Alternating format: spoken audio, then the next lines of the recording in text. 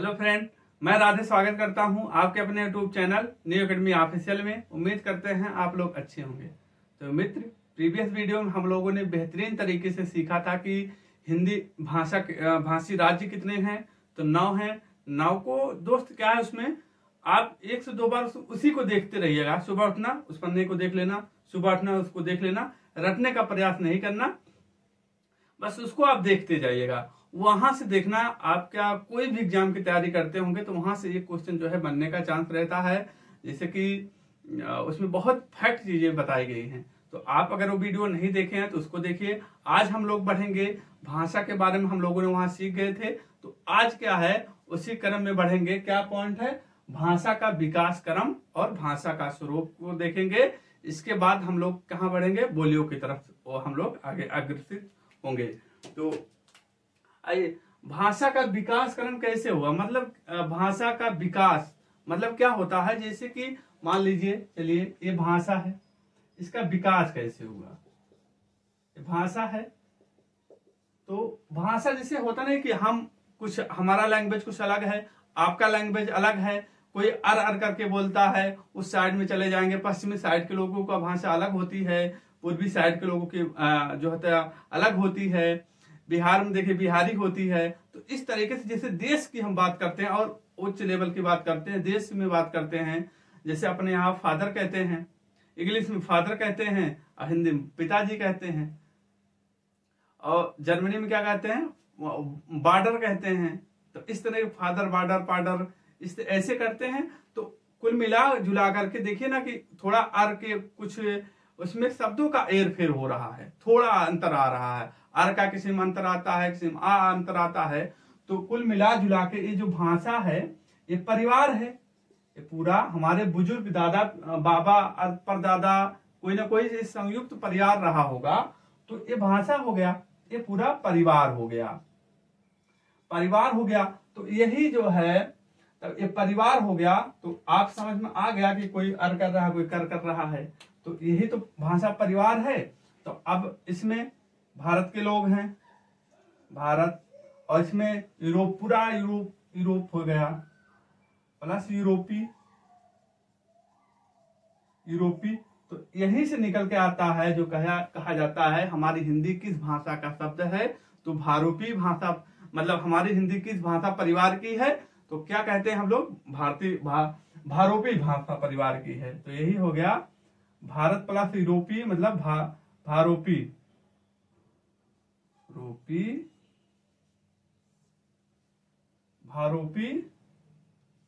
भाषा परिवार, भारोपी भाषा परिवार। अब इसको अन्य नामों से भी जाना जाता है। जैसे इसे हम कहेंगे आर भाषा परिवार, आर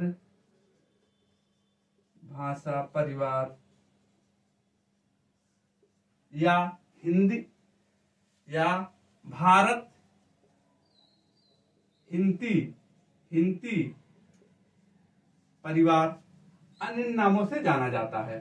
अब भारोपी भाषा परिवार की, जैसे कि हम कहें, इसमें कौन कौन से आते हैं। तो आप कौन कौन से लिखेंगे, पहले पॉइंट पे लिखिए।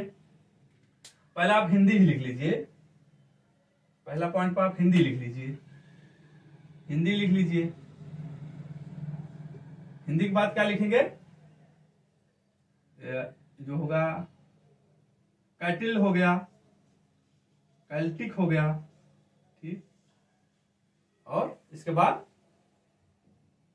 जर्मनिक हो गया। ये सब कहाँ के हैं, तो यही जो है भारोपी भाषा परिवार की भाषा है। ये सब आप याद रखेंगे, एग्जाम में पूछा जाएगा, पूछ लेगा कैटिल किस जो है कैटिक किस भाषा परिवार की है। तो आप बताएंगे भारोपी भाषा परिवार की है। जर्मनिक किस भाषा परिवार की है, तो आप क्या बताएंगे, तो आप बताएंगे भारोपी भाषा परिवार की है। जर्मनिक हो गया, कैटिक हो गया, और एक और इटैलिक है। एक और कौन सा है, इटालिक हो गया, ठीक। तो ऐसे पूछ लेगा इटालिक किस भाषा परिवार की है, तो आप क्या बताएंगे, भारोपी भाषा परिवार की बताएंगे। अब इसके बाद एक और आपको और ध्यान देना है, द्रविड़ भाषा परिवार, ये भी पूछा जाता है, द्रविड़ भाषा परिवार। द्रविड़ भाषा परिवार में हमने कल की वीडियो में क्या बताए थे, हम क्या बताए थे, आप उनको याद रखना। जो ये हमारा था, ये हमारा क्या था, दक्षिण भारत था। दक्षिण भारत में कर्नाटक में क्या बोली जाती है, यहाँ कर्नाटक था, यहाँ कर्नाटक था, कर्नाटक में कन्नड़। तो कन्नड़ जो होता है, कन्नड़ किस भाषा परिवार की है, तो आप क्या बताएंगे, द्रविड़ बताएंगे। मलयालम यहाँ था, केरल हो गया तो मलयालम हो गया, मलयालम मलयालम। मलयालम किस भाषा परिवार की है, तो आप क्या बताएंगे, द्रविड़ भाषा परिवार की बताएंगे। इसके बाद यहाँ क्या था, यहाँ क्या था, क्या हमने बताया था, तेलुगु, तमिल, तेलुगु। तो तेलुगु, तेलुगु, तेलुगु किस भाषा परिवार का है, तो आप क्या बताएंगे, द्रविड़ भाषा परिवार क्या है। अब इसके बाद यहाँ आंध्र प्रदेश जो था, आंध्र प्रदेश, और हमने क्या बताया था, तेलंगाना, इसका तेलुगु। यहाँ तमिल होगा दोस्त, तमिलनाडु तमिल होगा, तमिल, और यहाँ का तेलुगु, तेलुगु। तो इसमें द्रविड़ भाषा परिवार में कौन कौन से आते हैं, कन्नड़ हो गया, तमिल हो गया, तेलुगु हो गया, और मलयालम होता है। पूछा जाएगा इन निम्न में से कौन सा जो है द्रविड़ भाषा परिवार का है, तो आप इन चारों में से कोई ना कोई एक ऑप्शन में दिया रहेगा, आप जो है बता देंगे। इसके बाद दोस्त और एक बचता है, कौन बचता है, एक और है, एक उसमें आएगा तुर्की, अल्ताई भाषा परिवार। उसमें एक आता, आप लिखेंगे अल्ताई भाषा परिवार, तीसरा लिखेंगे अल्ताई भाषा परिवार, अल्ताई भाषा परिवार। पूछेगा तुर्की किस भाषा परिवार की है, तो आप क्या बताएंगे, अल्ताई भाषा परिवार की है। तुर्की किस भाषा परिवार की है, तो आप क्या बताएंगे, अल्ताई भाषा परिवार की बताएंगे। और एक और इसी में आप लिखेंगे मंगोल, मंगोल भी जो होता है, मंगोल भी पूछेगा मंगोल किस भाषा परिवार की है, तो आप क्या बताएंगे, अल्ताई भाषा परिवार की बताएंगे। बस इतना ही यहां से आपका कहीं ना कहीं आपको जरूर देखने को यहां से क्वेश्चन मिलेगा। अब इसके बाद हम लोग आगे बढ़ते हैं, आगे देखते हैं, एक अपने जो है बहुत, उनका नाम तो एग्जाम में आना ही आना तय रहता है, कौन है, डॉक्टर इब्राहिम ग्रियर्सन जी। बहुत ही इन्होंने अच्छा काम किया है। इन्होंने क्या किया है, इन्होंने दोस्त किया है, भाषा का वर्गीकरण सर्वप्रथम किसने किया था, भाषा का वर्गीकरण सर्वप्रथम, भाषा का वर्गीकरण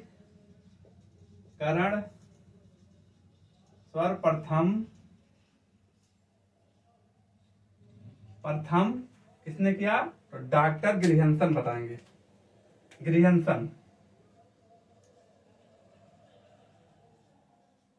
ने बताएंगे। इनके अनुसार, डॉक्टर ग्रियर्सन के अनुसार जो है, इन्होंने जो है आर्य भाषा को, डॉक्टर ग्रियर्सन के अनुसार जो होता है, आर्य भाषा को,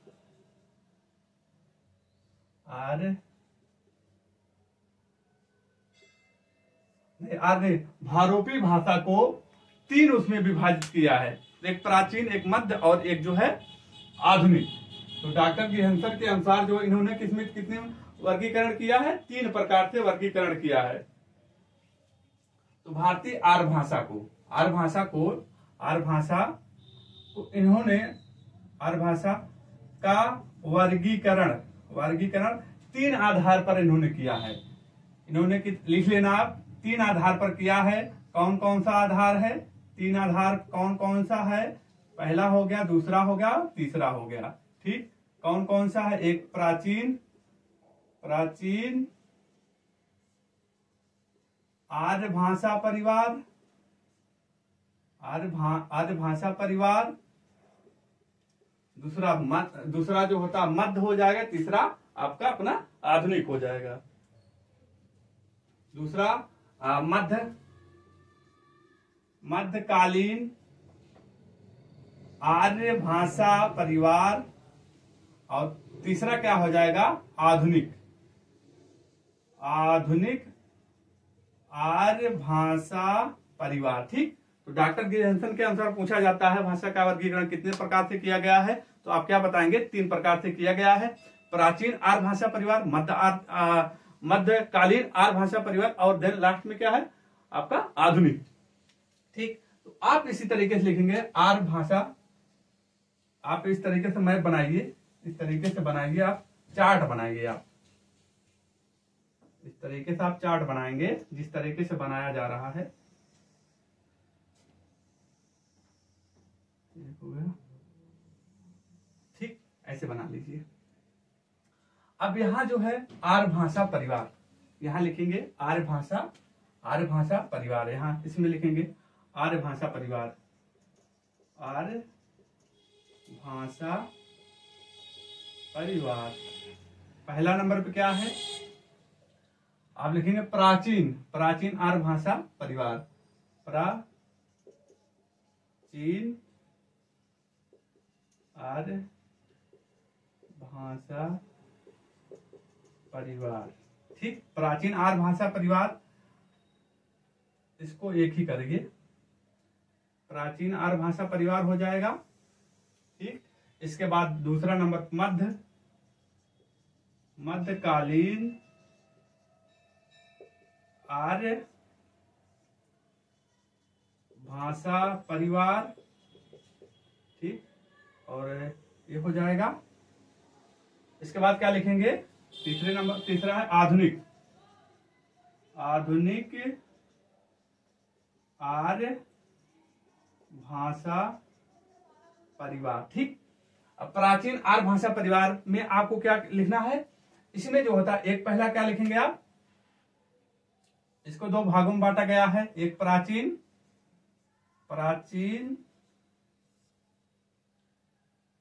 संस्कृत,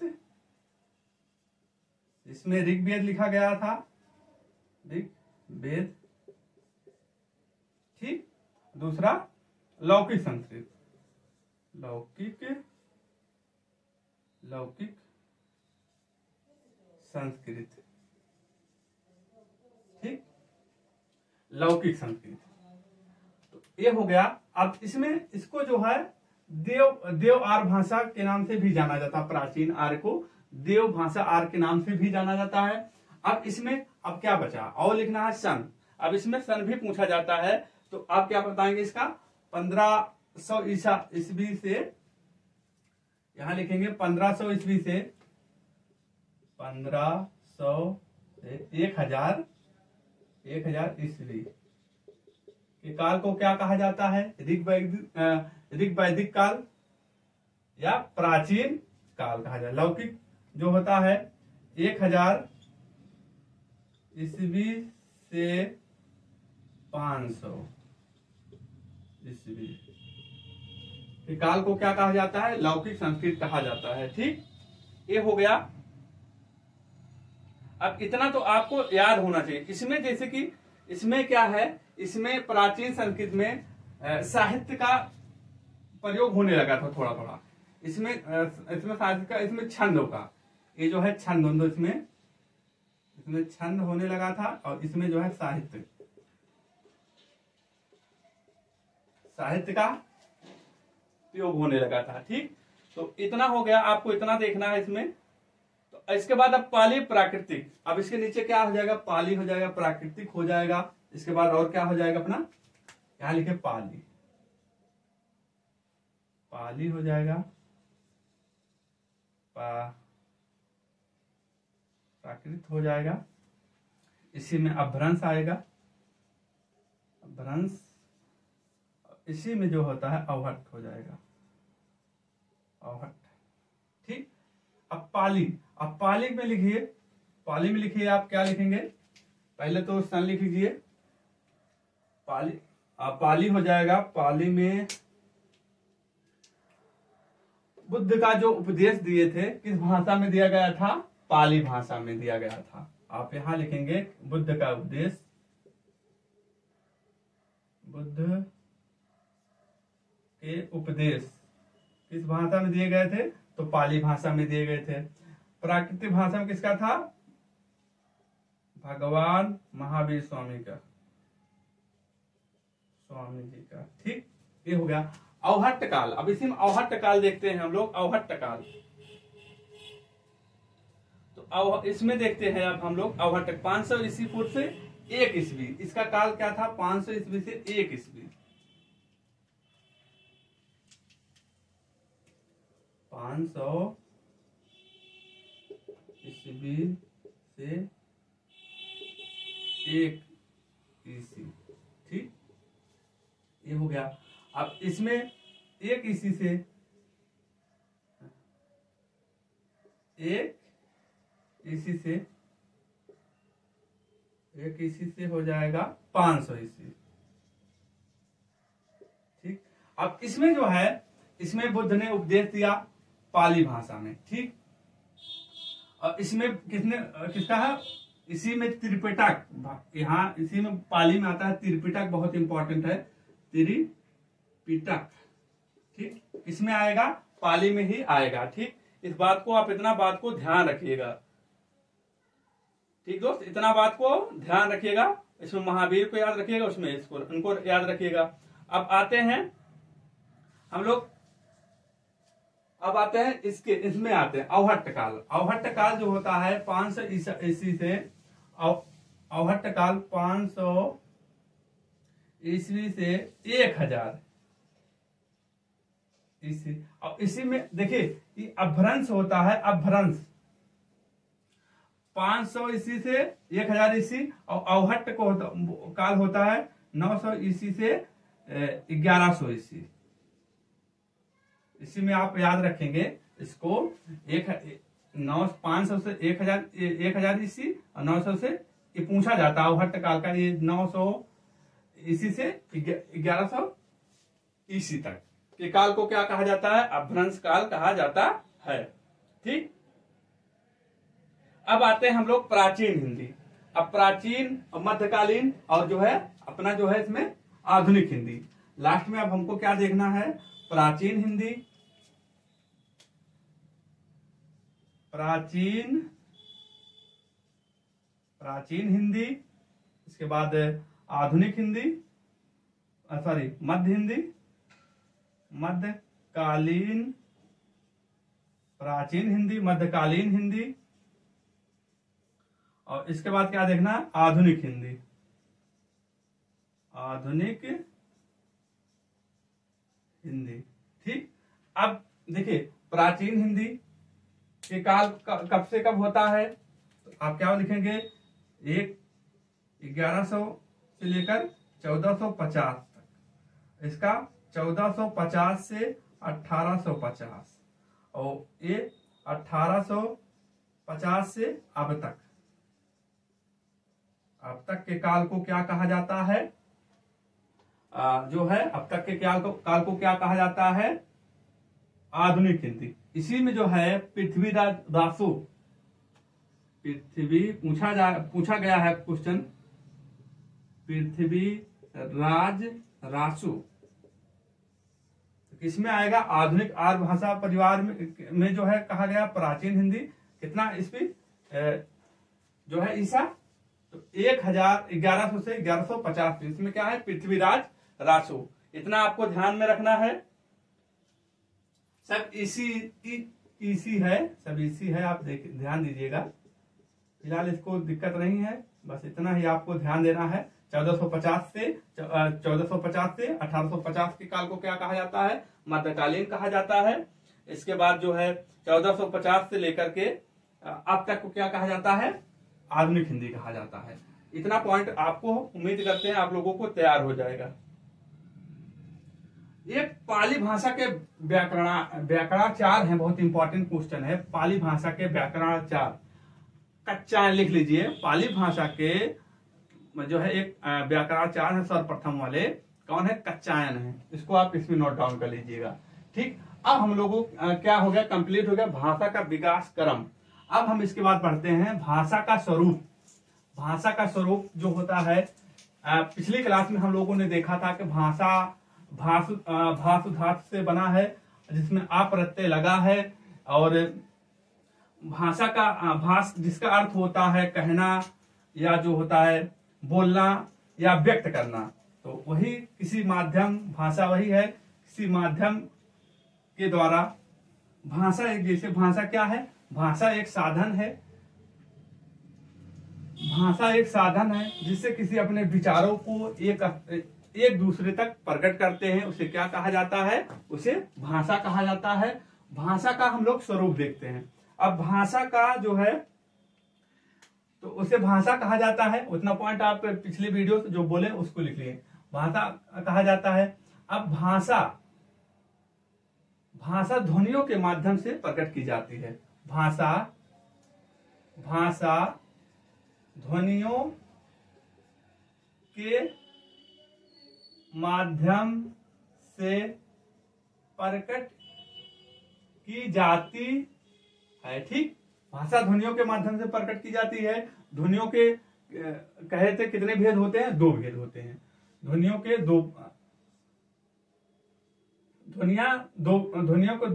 भेद होते हैं। ध्वनियों के 2 भेद होते हैं, लिख लीजिएगा। एक क्या हो जाएगा, एक आपका व्यक्त ध्वनिया, एक अव्यक्त ध्वनिया। तो घंटी का टिनटिनाना ये जो है इसमें आ जाएगा, घंटी का अव्यक्त में आ जाएगा। घंटी का टिनटिनाना, टी टी करना, ये सब किसमें आ जाएगा, तो ये सब इसी में आ जाएगा। अब हमको क्या देखना है, भाषा का स्वरूप देखना है। भाषा का स्वरूप जो होता है 3 प्रकार से, 3 उसमें वर्णों में भाषा का स्वरूप का जो है आधार बनाया गया है 3 प्रकार से। पहला क्या हो गया, बोली। ठीक, दूसरा क्या हो जाएगा, विभाषा। तीसरा क्या हो जाएगा, भाषा या मानक भाषा भी इसको कहा जाता है। ठीक, अब बोली का अभिप्राय क्या है। बोली का अभिप्राय जो होता है भाषा का स्वरूप है।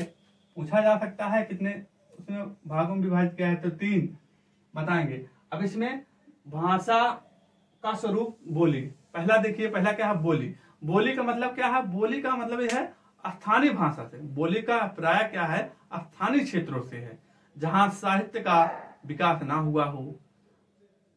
और ये बोली जो है भाषा का सबसे छोटी कह सकते, सबसे छोटी इकाई है। इसमें साहित्य व्याकरण का अभाव होता है। तो लिखिए, बोली किसे कहा जाता है और विभाषा किसे कहा जाता है, भाषा किसे। बोली से अभिप्राय है, लिखिए, बोली से अभिप्राय क्या है, बोली से हमारा अभिप्राय जो है, लिखिए, बोली से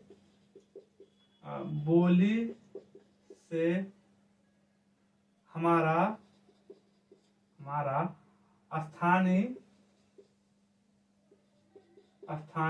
अभिप्राय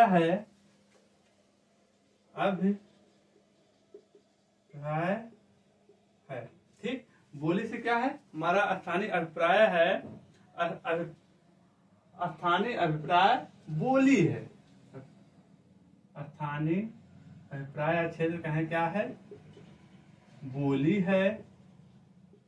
जहां साहित्य का अभाव होता है, एक पॉइंट लिखिए, जो है भाषा का अभाव होता है, भाषा का अभाव होता है, भाषा का अभाव होता है। ठीक, एक पॉइंट ये हो गया।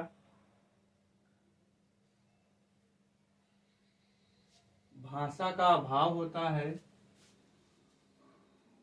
भाषा का, साहित्य का अभाव होता है, साहित्य का अभाव होता है। ये जो है भाषा की जो है सबसे छोटा क्षेत्र है। ये क्या है, भाषा का सबसे छोटा क्षेत्र है। ठीक, भाषा का सबसे छोटा क्षेत्र है क्या, कौन, बोली। बोली क्या है, भाषा का सबसे छोटा क्षेत्र है। भाषा का प्रारंभिक क्षेत्र इसे कहा जाता है। भाषा का प्रारंभिक रूप भी जो किसे कहा जाता है, बोली को ही कहा जाता है।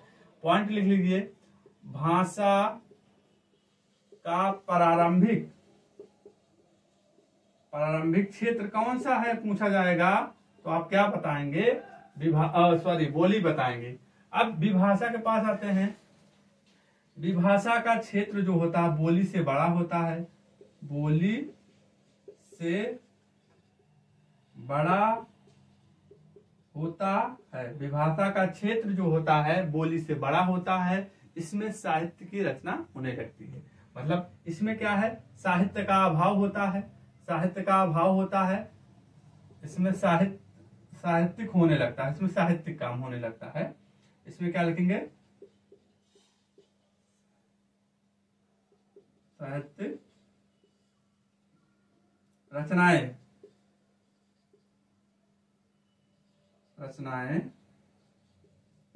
होती हैं। जैसे इसी में कह सकते हैं कि हम, जैसे कि अवधि हो गया, ब्रज क्षेत्र हुआ, तो इसी में मतलब, और लिपियों का जो है, लिपियों का भी विकास इसी में जो है विभाषा में ही के अंतर्गत आता है। ठीक, इतने पॉइंट को आपको ध्यान देना है। तो साहित्यिक रचनाएं मिलती हैं, लिपियां जो है क्रमबद्ध इसमें मिलता है। अब कुछ हिंदी के कई विद्वान इसमें क्या बोले हैं, हिंदी के कई विद्वान लिखेंगे आप, हिंदी के विद्वान लोग क्या कह रहे हैं, विद्वान लोग उपभाषा बोली इनको क्या मानते हैं, उपभाषा और बोली को जो है भाषा का ही बताते हैं। मतलब किसी भाषा का बोली या प्रांतीय भाषा, उपभाषा, बोली या प्रांतीय भाषा का नाम भी देते हैं। प्रांतीय भाषा का नाम भी देते हैं। कुछ विद्वान इसको जो क्या कहते हैं, उपभाषा, बोली या प्रांतीय भाषा का भी नाम देते हैं। अब यहाँ एक और पॉइंट लिखेंगे, उपभाषा क्या है। उपभाषा, इसी के अंतर के लिए लिखेंगे उपभाषा क्या है। उपभाषा जो है आपस में आकृत संरचना अर्थ के आधार पर क्या होती है, जुड़ी होती है। आपस में अर्थ आकृत संरचना के आधार पर जुड़ी होती है, आधार पर जो है जुड़ी होती है। ठीक, ये हो गया। अब हम भाषा के बारे में देखते हैं, भाषा के जो गुण हैं, विशेषताएं क्या क्या हैं, जो एग्जाम में क्वेश्चन बनता है उनको हम देखते हैं। भाषा के लिखिए, भाषा जो है जानते हैं, भाषा एक साधन है, भाषा का क्षेत्र विशाल है। भाषा का क्षेत्र के जो है, भाषा एक साधन है, भाषा का क्षेत्र क्या है, विशाल है। तो इसमें लिखिए भाषा का गुण, लिखिए गुण हेडिंग डालिए, भाषा का गुण या विशेषताएं क्या क्या हैं, विशेषताएं क्या क्या हैं। ठीक, पहली विशेषताएं क्या है, भाषा जो है परिवर्तनशील है। क्यों? क्योंकि विभिन्न जलवायु में परिवर्तन होते रहते हैं, तो आपकी लैंग्वेज भी चेंज होती रहती है। कि आप अपने ही उत्तर प्रदेश में देख लीजिएगा ना, किसी जिले में कुछ और बोला जाता है, किसी में और बोला जाता है, किसी में और बोला जाता है, इस तरीके से। भाषा के गुण क्या है, भाषा परिवर्तनशील है, पहला पॉइंट हो गया। दूसरा पॉइंट लिखिए, तीसरा, चौथा। भाषा पहला तो हो गया, भाषा परिवर्तनशील है। यहां लिखिए किसके पूछा जा सकता है, जैसे कि जलवायु के कारण, जलवायु के पूछा जा सकता है, घुमा के पूछ सकता है इसमें, तो आप ध्यान रखना। तो अब इसमें भाषा सामाजिक संपत्ति है, भाषा सामाजिक क्या है? संपत्ति है। भाषा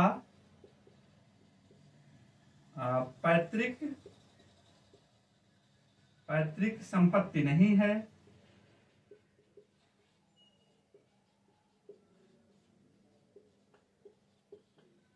भाषा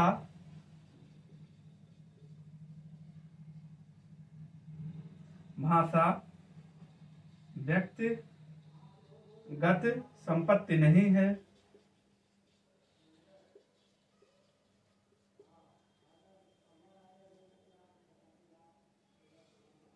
भाषा प्रवाहमयी है। यही कहते हैं प्रवाहमयी, इसलिए कहा जाता है क्योंकि जलवायु के कारण जो है इसका लैंग्वेज चेंज होता रहता है, तो भाषा प्रवाहमयी नहीं है। भाषा जो है अर्जित संपत्ति है। यहां लिख लीजिए 6 नंबर, भाषा अर्जित संपत्ति है। अर्जित संपत्ति है। क्यों अर्जित संपत्ति है? जैसे कि हम लोग जो सीख रहे हैं तो उसको अर्जित ही कर रहे हैं, उसको ले ही तो रहे हैं। तो ये हो गया भाषा। 7 नंबर लिखिए, भाषा नैसर्गिक क्रिया है।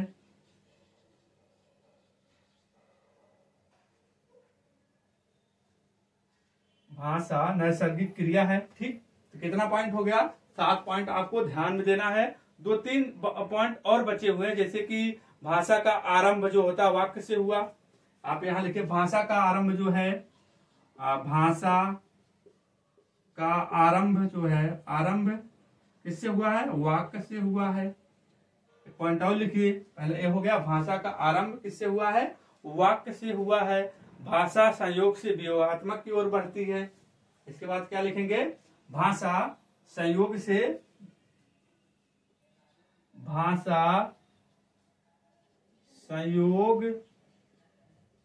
वियोगात्मक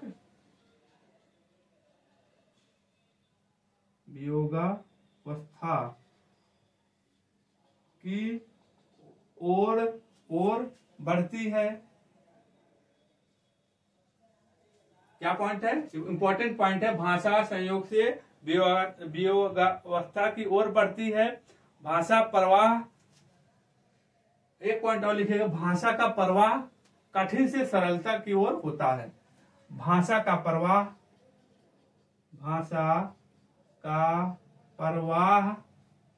कठिन से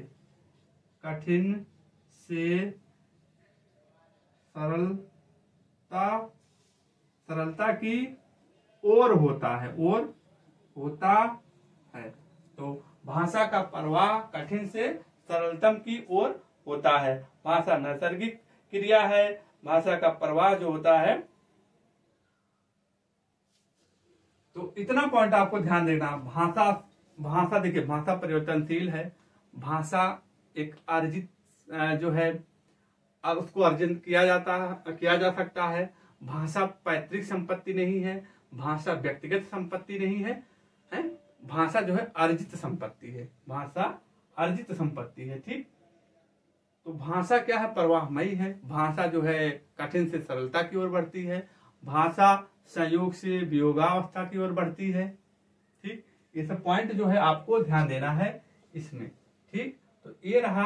अब हम जब भाषा के बारे आगे पढ़ेंगे तो हम देखेंगे तो कितनी उपबोलियां, उपभाषा पढ़ेंगे अगली क्लास में। उपभाषा, बोलियां कितनी हमारे बोली जाती हैं, उपभाषा, बोलियां